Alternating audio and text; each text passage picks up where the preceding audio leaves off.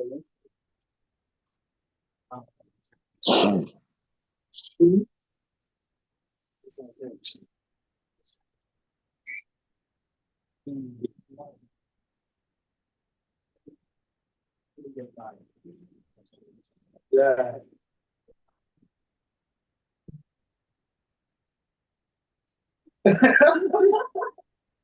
Yeah, for policy now, the new cases people miss out.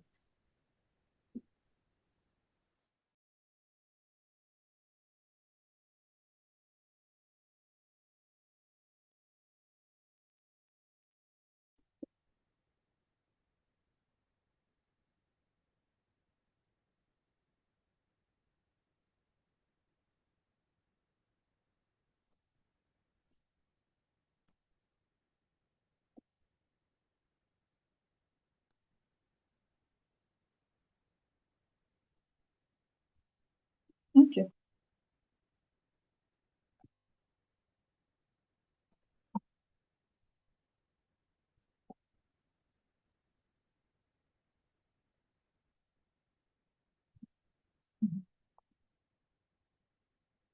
Good morning. Let's round up our class today. YouTube is set. How many of us? 300.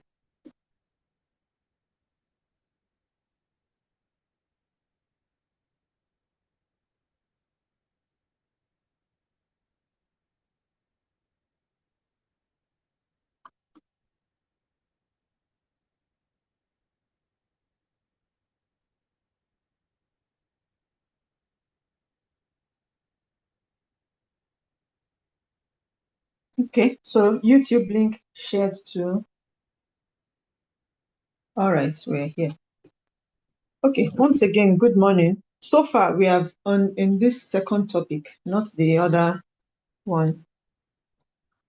In this second topic, we have established that nature has a preferred direction, and then which we say that direction is the direction of the spontaneous process.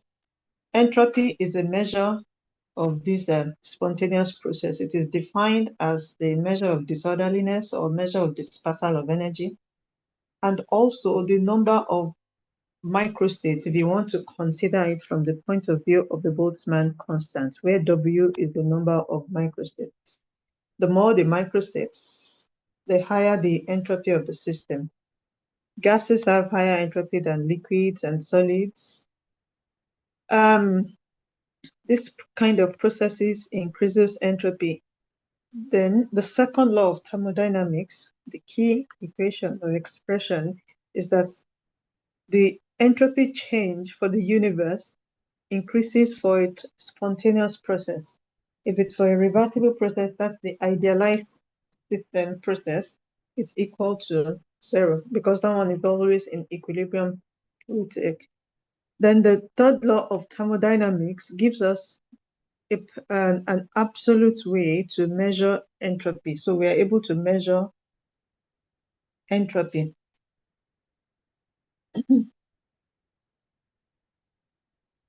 Oh, what's that question? No question. So using that third law, a lot of entropies have been measured for different systems and are recorded in the standard entropy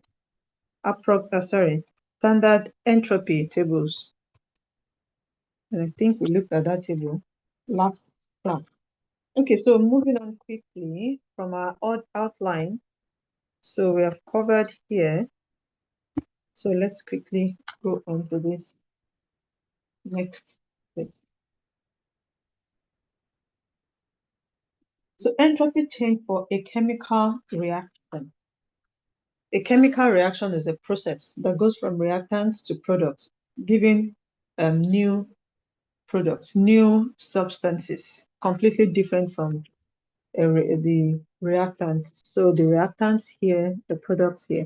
For a reaction that is given by AA plus BB, just an hypothetical reaction, the standard enthalpy change is given by C times the molar entropy of C plus D times molar entropy of D of D minus, so we notice that you always put the coefficient of in the equation. Why do we do that? Because entropy is extensive. It's an extensive property, meaning that it depends on the amount of substance present, where N in this case is the amount of substance present.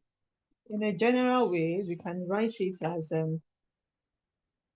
the entropy of the product, sum of the entropy of the products minus sum of the entropy of the product, where Ni is the stoichiometric coefficient for each product, like here, C and D, and Nj is the stoichiometric coefficient for each reactant.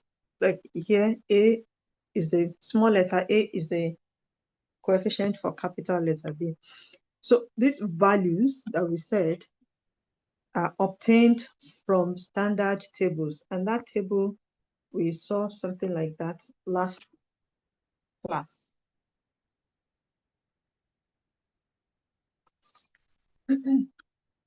So the sign of delta X indicates whether the disorder increases or decreases.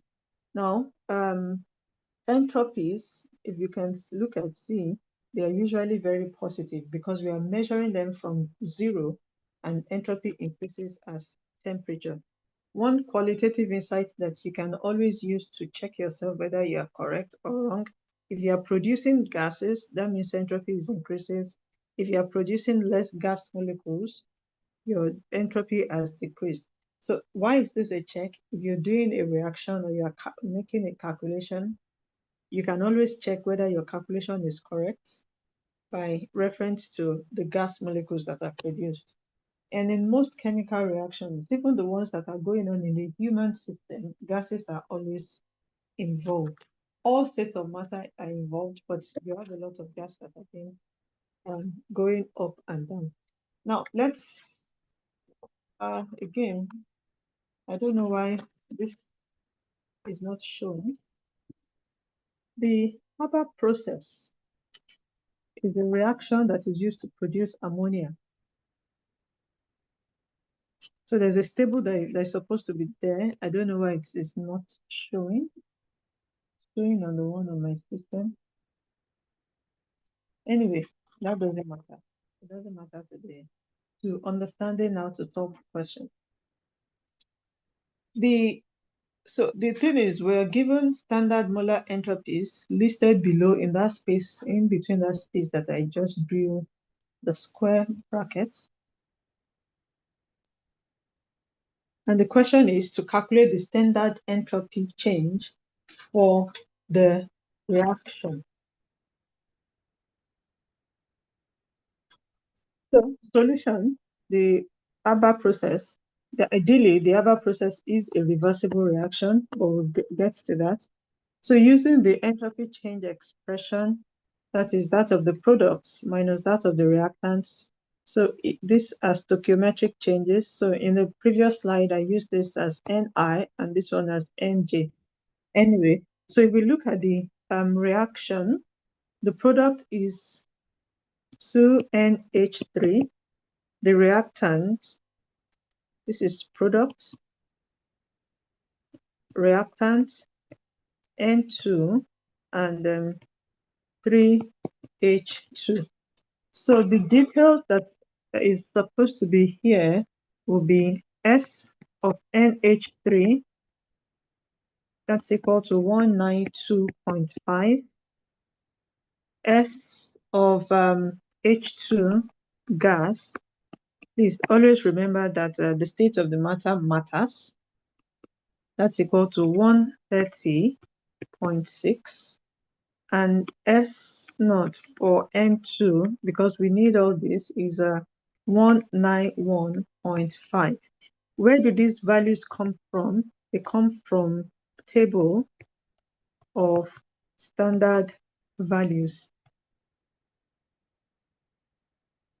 Standard values. So you are not to memorize them unless you want to. That's your choice. But those values should also be always be given.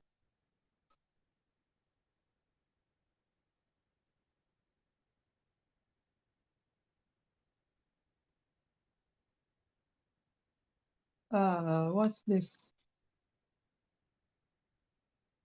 Okay.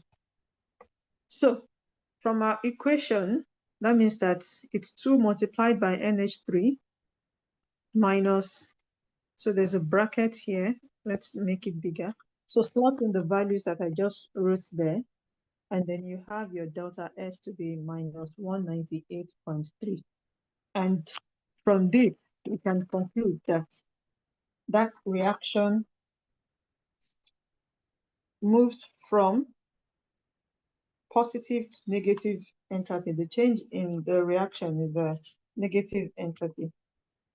So from the point of view of entropy, that reaction may not be spontaneous.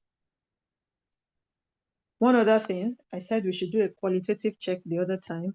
You're going from 1 and 3 gas molecules to 2 gas molecules. So that's fine as expected. The entropy, the change in entropy is negative. Another example, let me see, any question on that?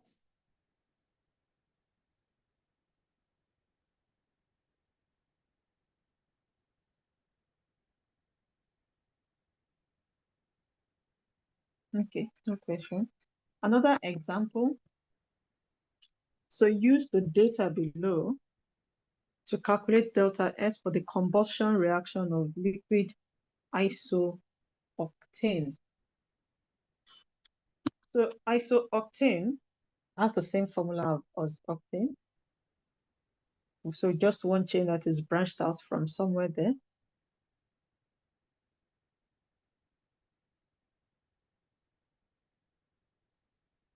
Why is the answer not spontaneous? That's the state of things. It doesn't have to be spontaneous. We only wanted to check whether it's a spontaneous reaction. The question is calculate delta S, and that's what we are calculating. If you want to know whether it's spontaneous or not, you would have to consider some other things.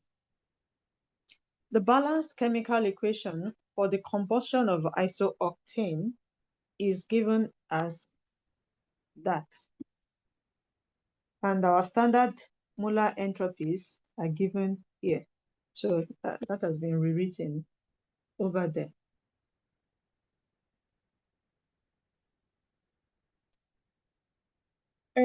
So for those of you that are asking some other questions, the question that we are focused on is to calculate the change in entropy.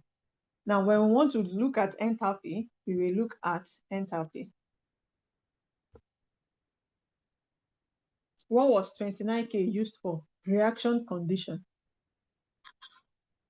All these state variables, they depend on temperature. If you change temperature, the value changes. So standard molar entropy, most of those examples, you would have to work them on your own later. Standard molar entropy is given as that. So if we apply our standard entropy formula, product 8 CO2, 9 H2O.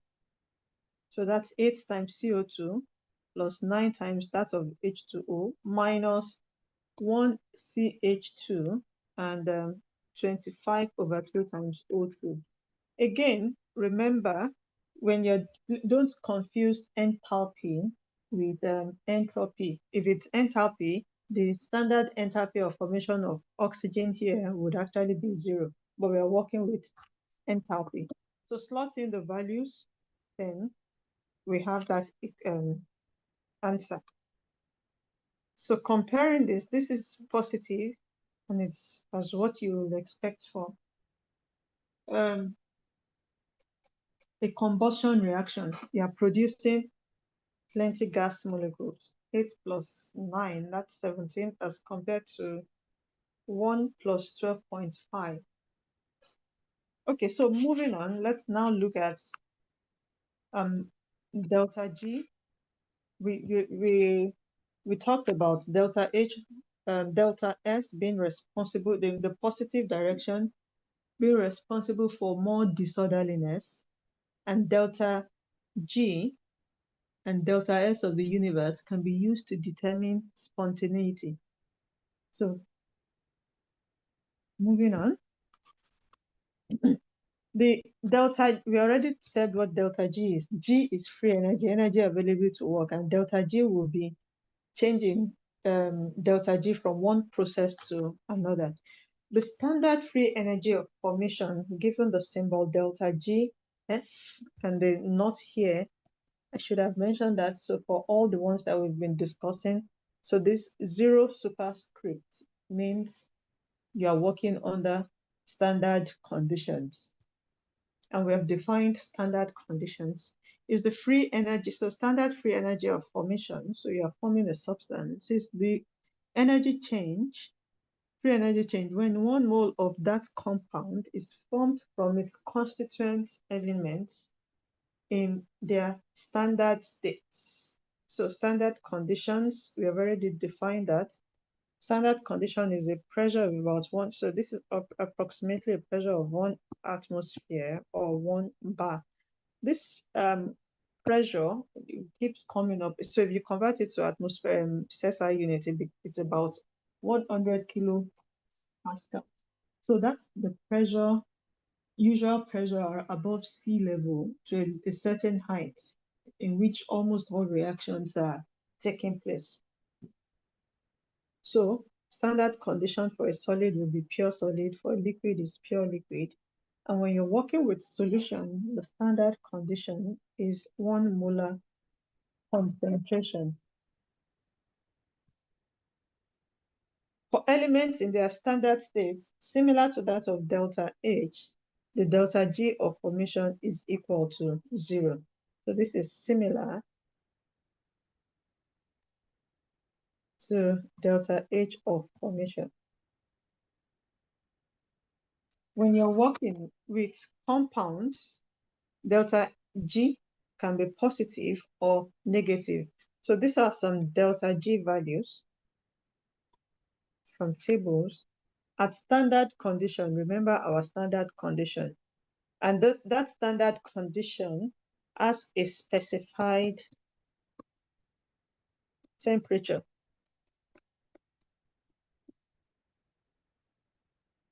So as you can see, it is positive for hydrogen, atomic hydrogen, 0 for pure solid of iron.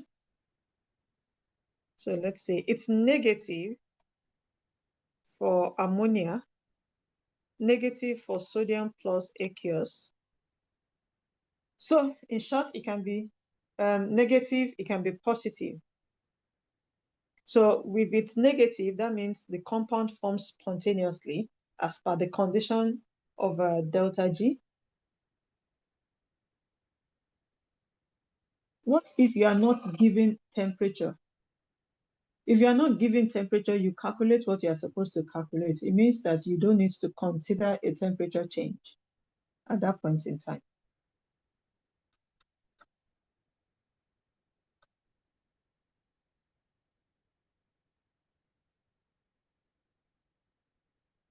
In a normal question, would we be given the molar entropies? No, you are going to memorize it.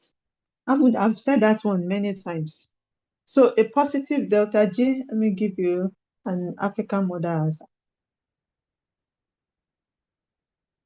A positive delta G means that the compound does not form spontaneously.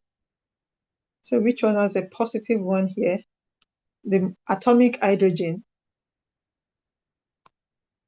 It does not form spontaneously. Anyway, and for a reaction, will we be given balanced equation in the question? So one of the topics that you should have covered is how to balance equation. The slides have already been shared. I don't know. You know people that are serious and people that are not serious. The slides have been shared since last week. So for a reaction, our delta G, so this is a recurring equation that we are now familiar with. We're dealing with state functions. So our for a reaction, so N here, stoichiometric coefficients of reactants are products, and M is stoichiometric coefficient of reactants.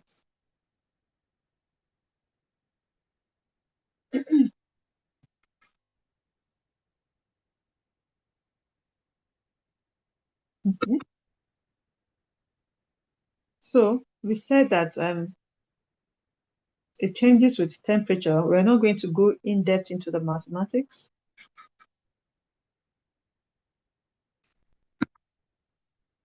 At temperatures other than 25 degrees centigrade, this is how we calculate delta G.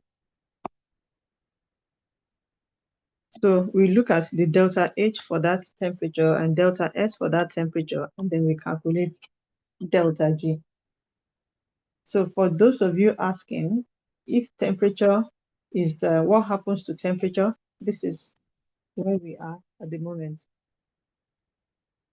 Does the temperature change affect spontaneity? Yes, it affects it because of this term that is in there.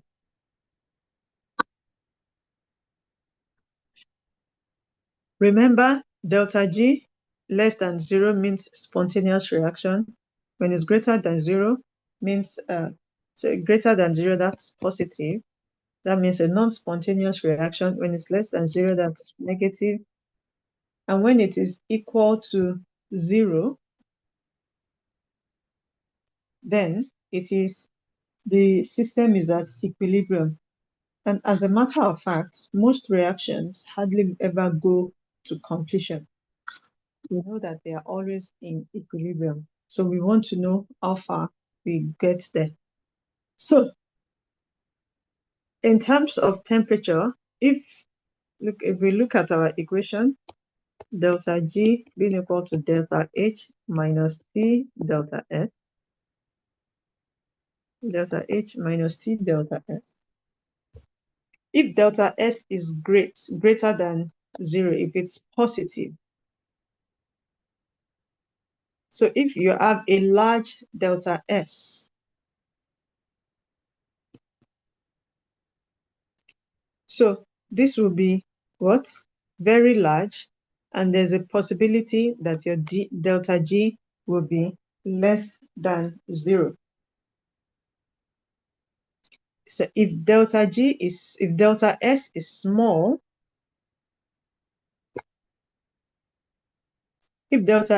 small, this second term will be small. And if it is small, your delta G will be approaching a more positive value. So then you are favoring non-spontaneity. In short, a large delta S favors spontaneity and small delta S, but we also have to put into consideration our delta H. So for exothermic reaction, spontaneity increases with temperature if delta S is greater than 0. I've always said this, so I don't understand is never a question. I don't understand is a statement that is meant for you to realize that you don't understand. So I cannot say anything with respect to that. And for exothermic reactions, spontaneity decreases with temperature. So let me say that again.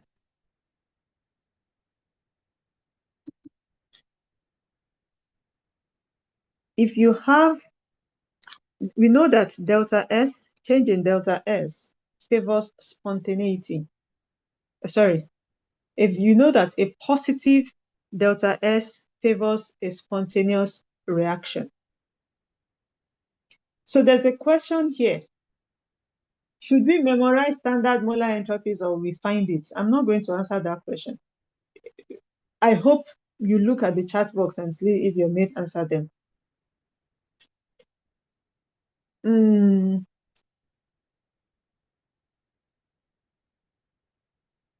So one of you needs your help because I've answered this question over and over again. Should we memorize the standard entropies or we find it? If your screen is showing black, I don't know.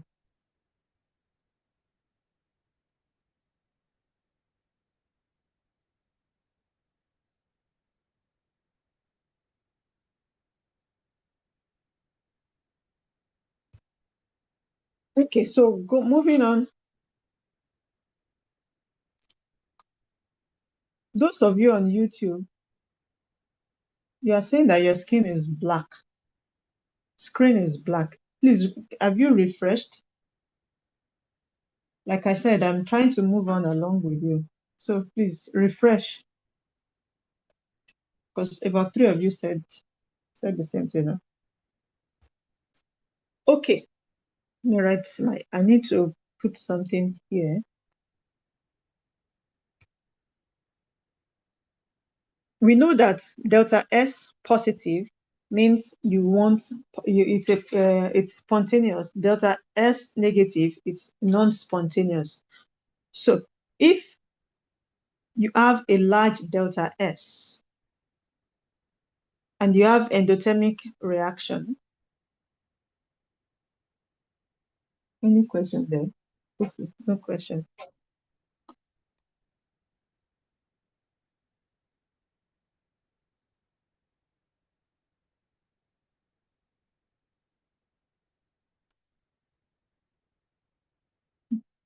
Please, if your course rep does not send you any slide, ask your other course mates, please.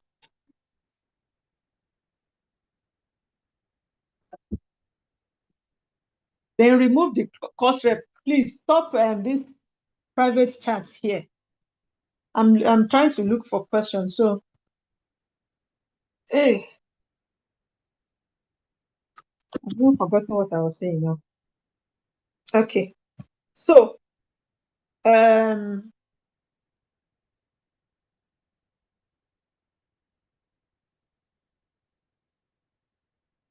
our spontaneity as it affects temperature, we're not looking at delta S per se.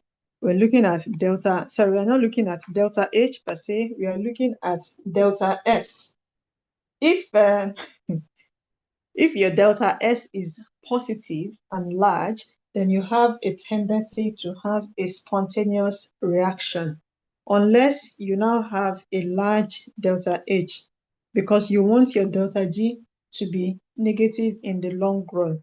So that's why a positive delta H and delta S can result in a negative or a positive delta G, depending on your temperature. It is going to be a spontaneous reaction at high temperature, because at high temperature, when T is high, that is when um, your delta H will now be smaller than delta S, but when that it will be smaller than minus T delta S. But when T is small, there's a tendency that your delta H will be greater than your minus T delta S. Similarly, for the other ones, if you have negative delta S, this term will be negative. Minus T delta S will be positive. And if it's positive, this is positive. There is no way you're going to do it. Your delta G will be positive at all temperatures.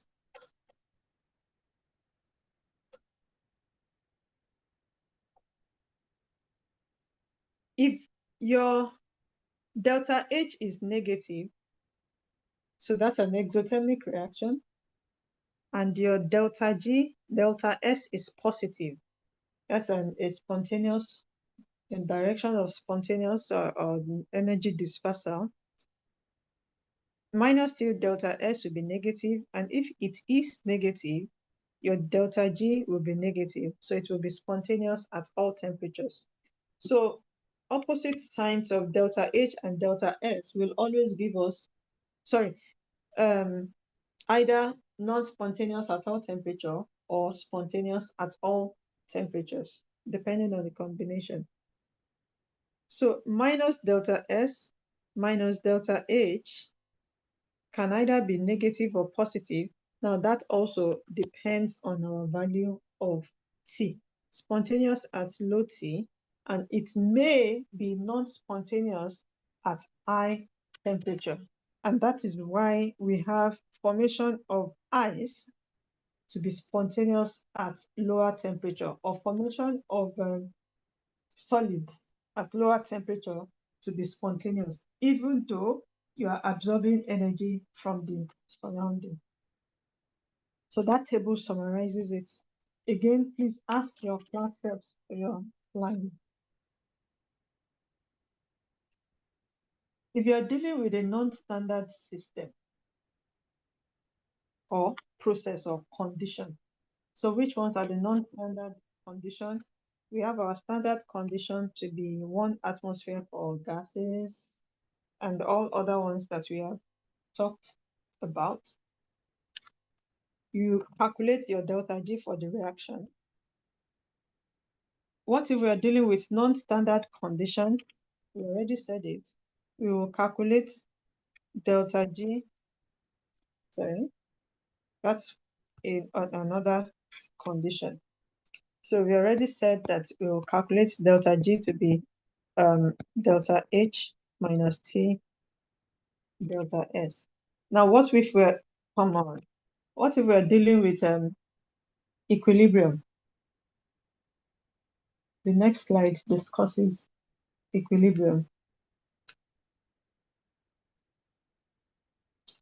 Thank you, Cottage Fairy. I don't know why people don't listen. So what is Q? Let's look at the next slide for what Q is.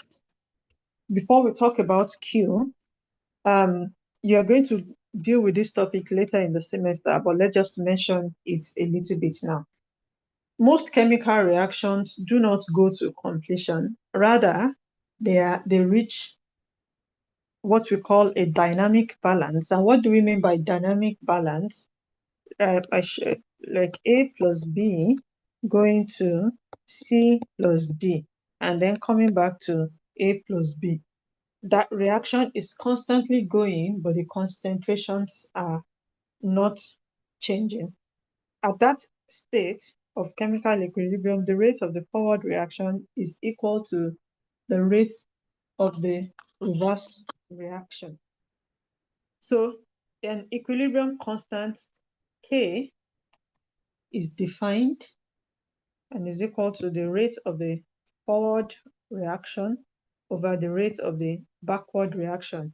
And it is noted that it's equal to the equilibrium concentration of C raised to power C times equilibrium concentration of D raised to power D divided by the equilibrium concentration of A raised to power A and B raised to power B.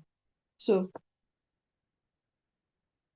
this is, are we to solve? I've said this before. Temperature, anything that you are working with, always try to put it in standard units. So if you want to work with temperature, try to go on standard units. The delta S, is it for the, it's for the system, of course. We are always looking at the system. We use that of the surrounding to help us understand the concept of spontaneity. We use it to derive the concept of spontaneity the other time. So the delta S that I worked on in the last slide is used. You are looking at the delta S of the system. So this concentration, the square bracket indicates concentration of the species X. And if we are looking at equilibrium constant, we are looking at equilibrium concentration, not concentration that you started with or that you ended up with. It's the equilibrium concentration, So there's some other things about equilibrium constant. If it's much greater than 1, then you have a lot of products. If it's less than 1, you have a lot of reactants.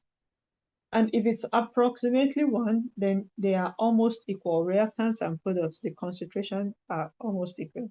Again, it depends on temperature. A lot of things depend on temperature. So there was one thing that we showed in the last slide, Q. There's a relationship between our delta G and delta Q. And there's also a relationship between delta G and the equilibrium constant K. So Q is called the reaction quotient. It has the same formula as K. So, but the thing is, it is not necessarily calculated for equilibrium concentration. So when we say it has the same formula as K, it means that Q is equal to CC times DD. I hope I don't have anything on that. Next slide.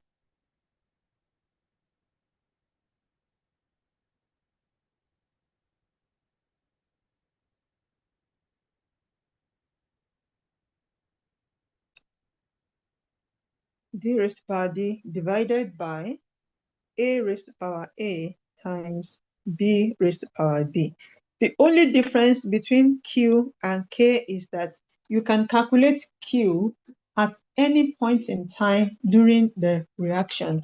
And what you are trying to do with Q is to know whether you have achieved equilibrium. So most of the times you calculate Q for a reaction in which you probably already know the equilibrium constant. So if Q is less than K, that means that you are going in the direction of the product. That's the forward reaction. And if Q is less than K, that means that you need to go more in the reverse direction. And if your Q is equal to your K, that means that your system has already reached equilibrium. So back to what we were saying the other time, the free energy and the equilibrium constant and the reaction coefficient.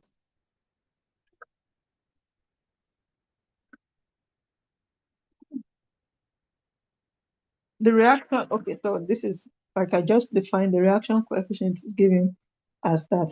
At equilibrium, Q is equal to K, and delta G for that reaction will be equal to 0. There is no preferred direction. There is a balance. It's equal to K. That's, and again, under standard condition, Q is equal to 1. And how is that so? Because you're looking, so we said standard condition, your pressure is 1, your molar concentration is 1. So yes, Q and K have the same formula.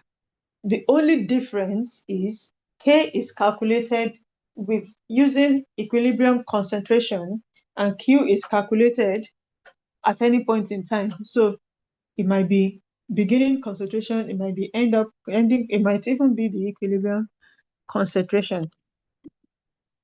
So at standard condition, our Q will always be 1. If Q is 1, then Q is equal to 0. So that we don't get too confused. In that previous slide too, we gave that delta G is equal to delta G naught plus ln Q.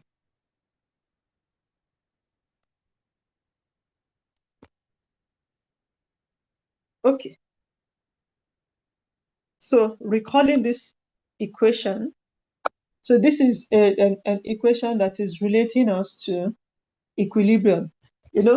Like I said, we're looking at processes. A reaction going from reactant to product is a process.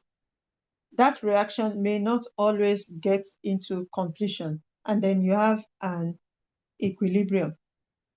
And when you have equilibrium, what is delta G, or what is the criteria for spontaneity in that? Yes. Thank you. RT ln Q. You are correct.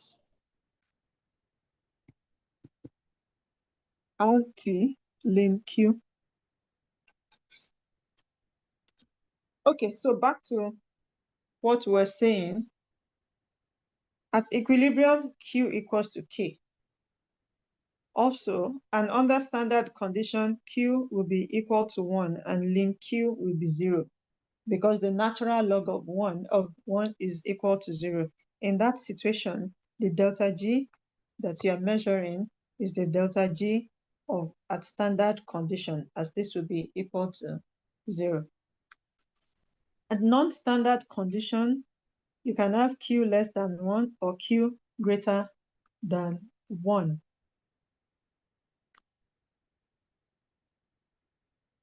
Okay, if Q is less than 1, ln Q will be less than 0. And our delta G will be less than the standard condition. So the reaction will be more spontaneous. And vice versa, if Q is greater than 1, then ln Q will be delta G. Sorry, ln Q will be greater than 0, and the free energy change for delta G, the reaction will be less spontaneous.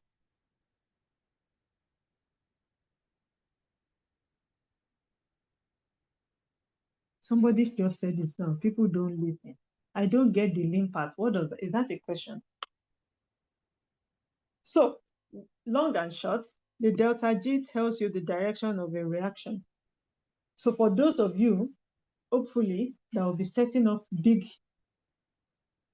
industries in the future, which is our prayer, you can understand the concept of the direction of flow of what you want to do.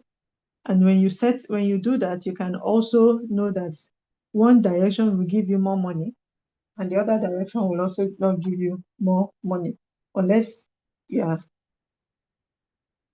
focused on something else. At equilibrium, delta G is equal to 0. This implies that delta G standard is minus RT ln K, or your equilibrium constant is exponential of delta G naught over RT. So we have related the standard free energy to equilibrium constant.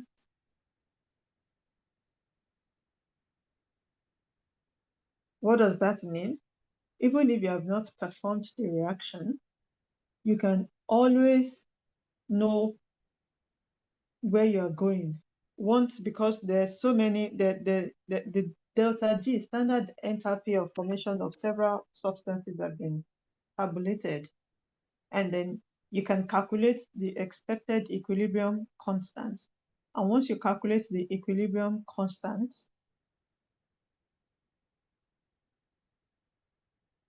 you can relate it to your reaction to know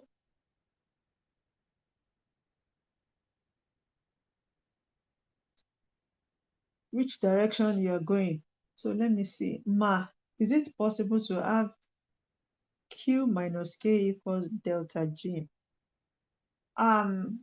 Samuel, please, can you rephrase that question? I'm not sure I get it. So please rephrase. Yes, ln is natural log to the base. So ln is like log to base E.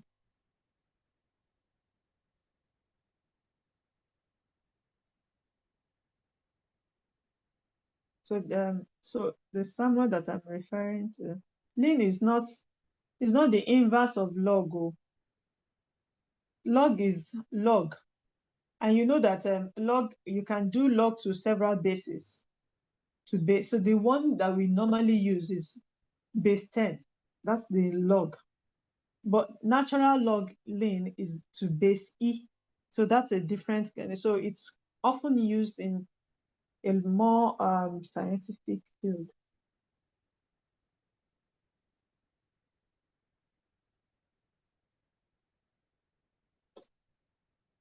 Okay.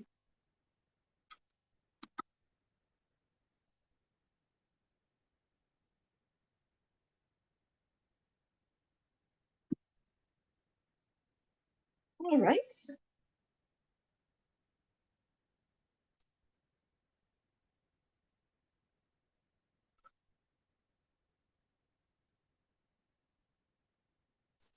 Predict which substance in each pair has a higher entropy and justify your answer. 1 mole of ammonia or 1 mole of helium. So I'm just walking through several examples now.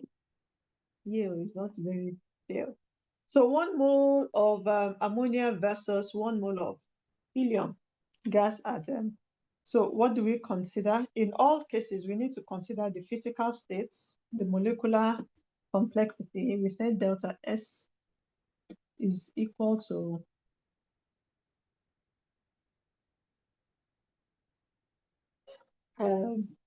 so delta S depends on the physical state, the complexity, the molar mass. Okay, we also need to consider possible molecular motions, which is kind of related to the molecular states. So we compare, let's do a comparison. Now, helium is a monoatomic gas, so you only have translational motion. Ammonia is polyatomic. You have translational, rotational, meaning that you have more states to look at. One other thing that you can look at, ammonia, higher molar mass, and higher, so NH3, He, and NH3. So higher molar mass and higher and more complexity.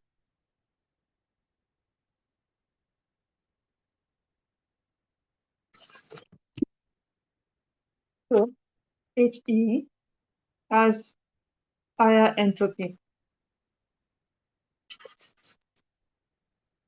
The second one is 1 mole of lead at 25 degrees solid and 1 mole of lead liquid at 800 degrees Celsius. Okay, so lead at 25 degrees Celsius. Let me see comment.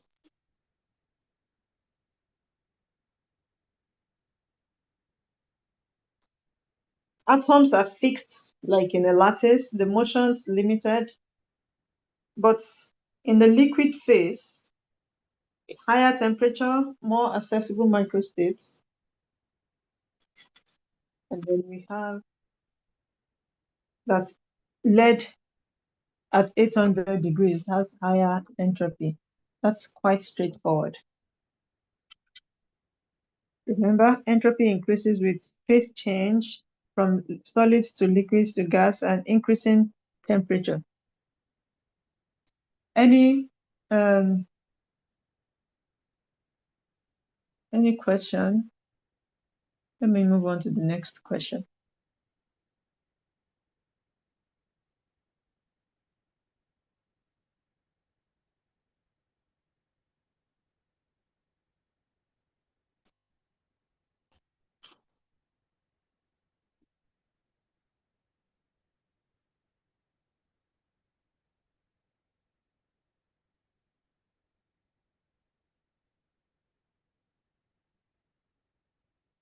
A system can exist in 2 states.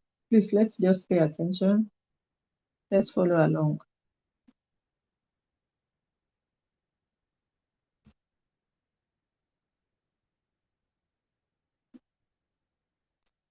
Please, Ma, are this how the question will come? I don't know. I always like the idea of us trying to learn properly and more than like what would the question look like. Because in real life, you never know how the question will come. And as you are preparing for real life. So let's work examples. After the examples, I'm done with my class. So we're given a system can exist in 2 macroscopic states. State A with 4 possible microstates. State B with 16 possible macrostates. The question is, which state has the higher entropy? Calculate the entropy change for this, for the change or going from A to B. So then taking me back to a question that somebody asked last time about macrostates.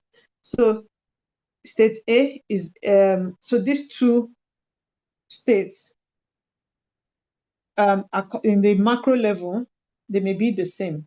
In the micro level, they are not the same. Okay, so we're given state this. We know that entropy increases with number of microstates, so definitely the state B has higher entropy. So for the next question, change for transition from A to B, so that would be SB minus S2. We'll give, so using the Boltzmann equation, S equals to K ln W, WB is 4, WB is 16, WA is 4. Ln log of X to base E, natural log. Using the laws of indices, this will become WB over WA. So if you put it, slot in all the K, we're given K here. I don't know why this one came out like that. So K is that, 16 over 4. We arrive at minus 192 times 10 to minus 23. So that is our final answer. Entropy increases because okay, so another question. Okay, so you can understand this one on your own. I want to go over a question on free energy.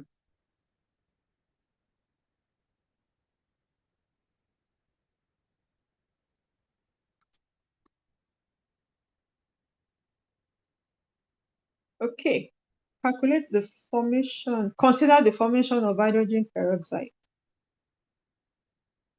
Consider the formation of hydrogen peroxide using this expression. Calculate the standard entropy change and calculate the standard Gibbs free energy change. So I skipped, apologies for that. I skipped a slide because that one is very self-understanding at Jibril. So it's not, I did not explain that slide, but it's self-explanatory. I'm looking at the time and I want us to work examples on delta G. So I'm back to moving at my pace. So the standard entropy change, so we have to calculate entropy change and free energy change. Entropy change, that's of products minus reactants. We're given the entropy change for the products and reactants. We can slot it into this expression. Everything is 1 mole, and we get our delta S to be minus 226. I think we're given delta H for the reaction. So we can now calculate our delta G. Delta G is delta H minus T delta S. So the temperature for reaction is 25 degrees centigrade. If it's 25 degrees centigrade, convert it to Kelvin. I honestly don't know why I don't know these symbols that are showing on the. Convert it to Kelvin. Once you convert it to Kelvin, you can calculate delta G. The last question is, determine whether the reaction is spontaneous under standard condition. All we need to do is look at the sign of delta G. If delta G is less than 0, it's spontaneous. Therefore, the reaction is spontaneous. Okay, I have come to the end of my lecture. There are some additional examples there.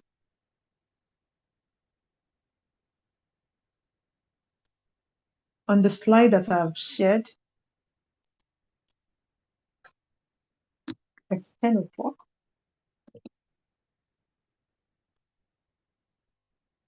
Somebody asked me if you could reach out to me if you have questions. Yes, you can reach out to me on Thursdays in the office.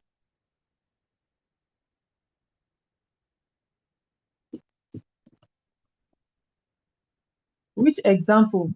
Always be specific, please.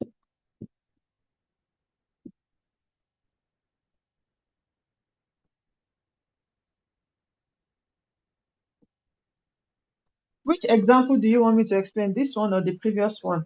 Or you want me to work one last example?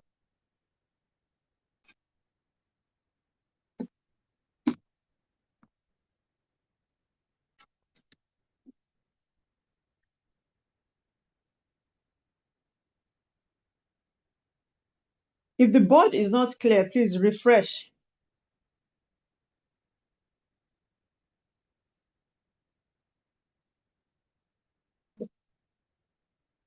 The previous example,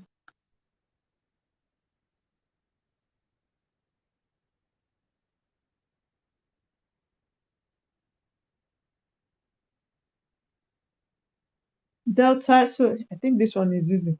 Delta G naught equals minus RT ln K. Simple. Sorry, this is not plus. Minus RT ln K. R is gas constant, T is temperature. Gbóhùn mi, bàbá gbóhùn mi. I cannot tell you that the delta H will always be given. I've said it just now that you would have to look at the question. So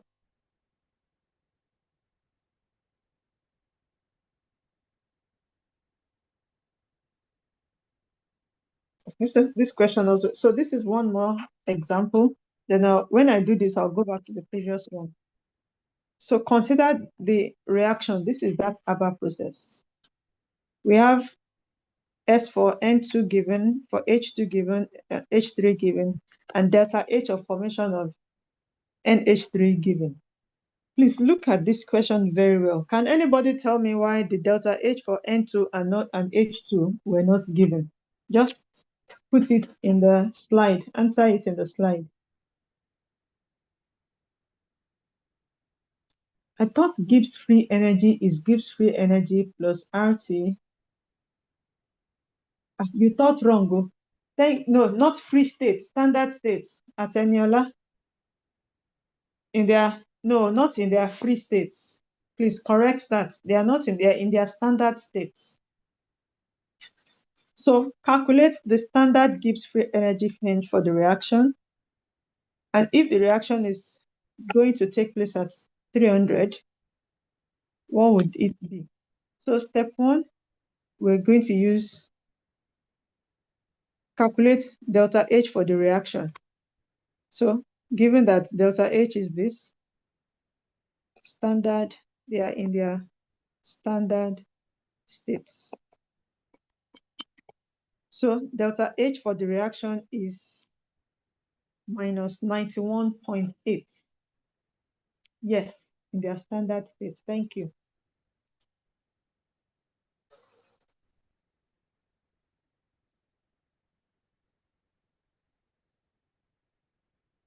So moving on. So we calculate delta S for the reaction too, which is product minus reactant.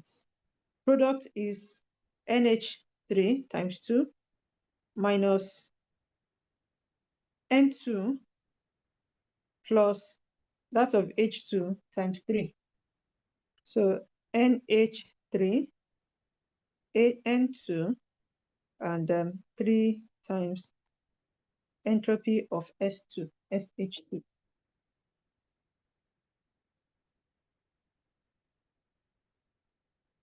So if you put all these values in your calculator, you get delta S to be equal to minus 198.1. So from the point of view of entropy, you are going in the a non-spontaneous direction. So calculate delta G for the reaction. Delta G is delta H minus T delta S. So we put in what the value of delta H is, value of delta of T. T is 225 degrees centigrade. It was given as 25 degrees centigrade. And then we converted it to Kelvin, which is now 298 Kelvin. So our delta G is minus 32.8. So even though the reaction is not going to free dispersal, delta G is negative, it's slightly spontaneous.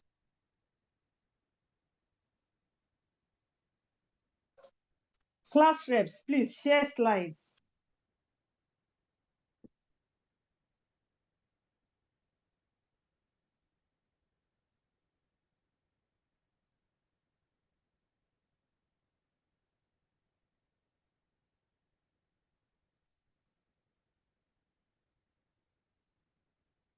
So let's see. Those of you here, that should give you send the link to where you get the slide. And let me see, where can I send message on YouTube? I can't find it though.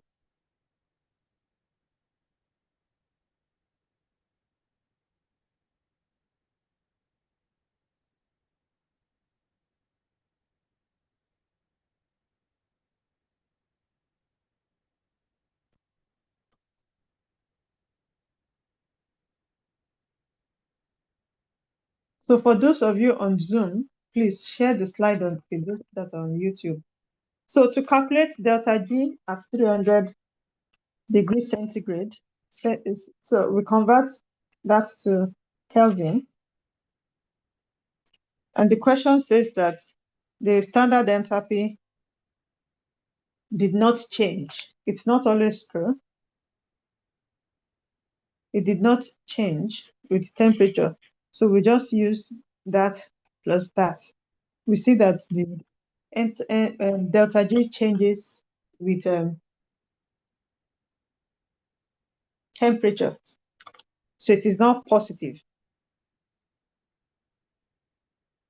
Reaction is spontaneous at 25 degrees, but it is not spontaneous at a higher temperature.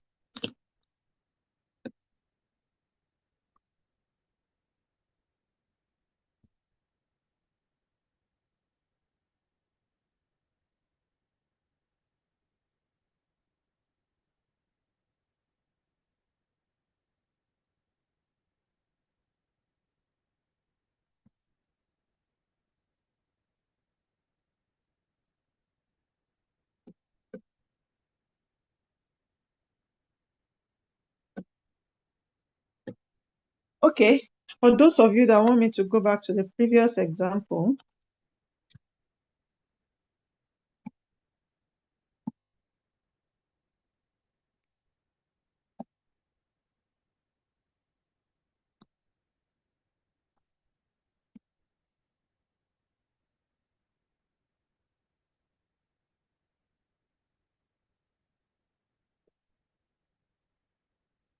no, this is not it. Okay, this is the example.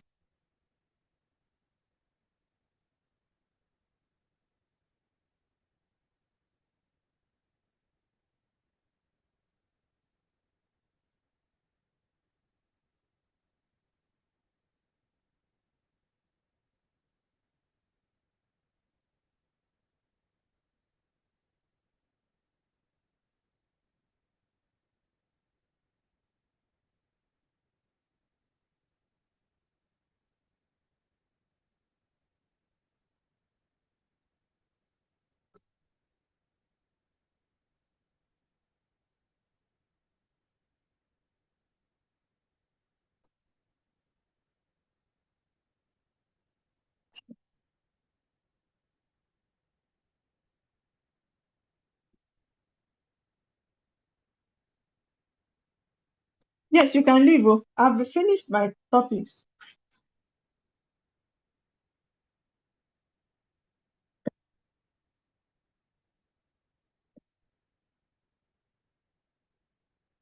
The person that wanted, those of you that wanted to see this slide. So there you have it.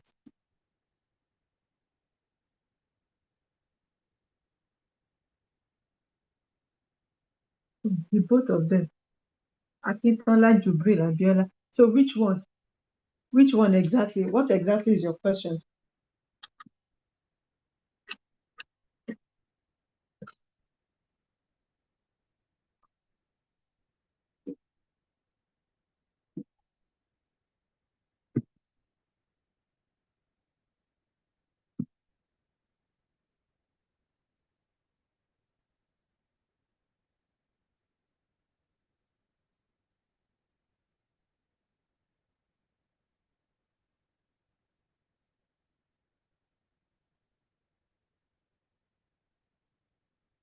No, no.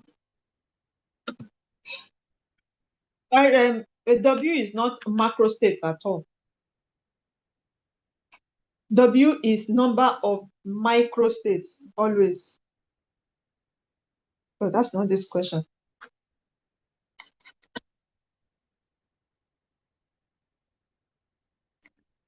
W is we said that a system in two. Oh, okay. I see what you mean now. Is a microstate. Sorry.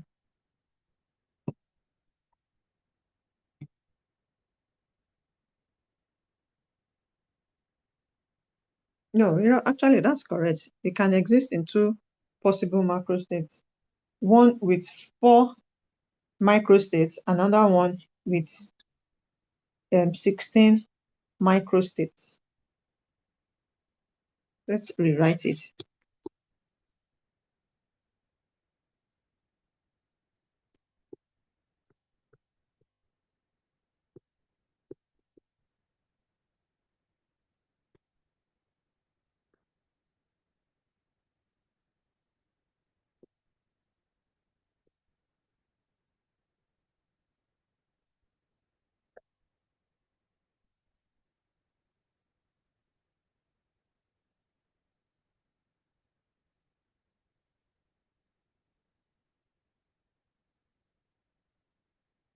Irene, are we together now?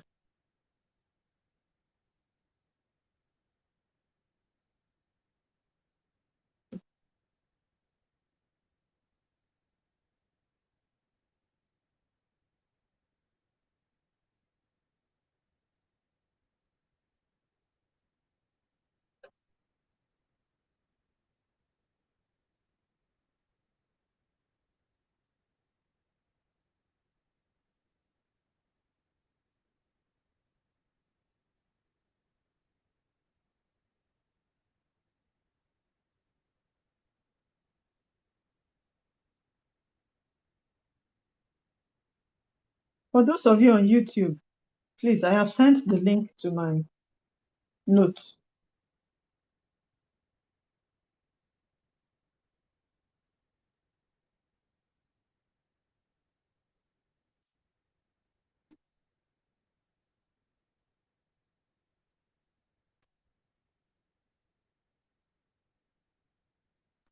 So that's why I rewrote the question again. A macroscopic system can exist in two possible microstates, state A and state B. So we can move on from that.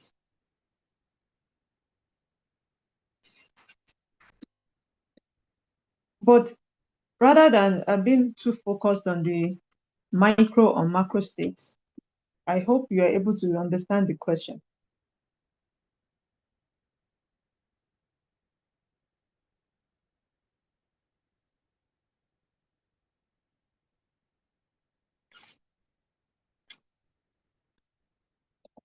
So, summary of our class.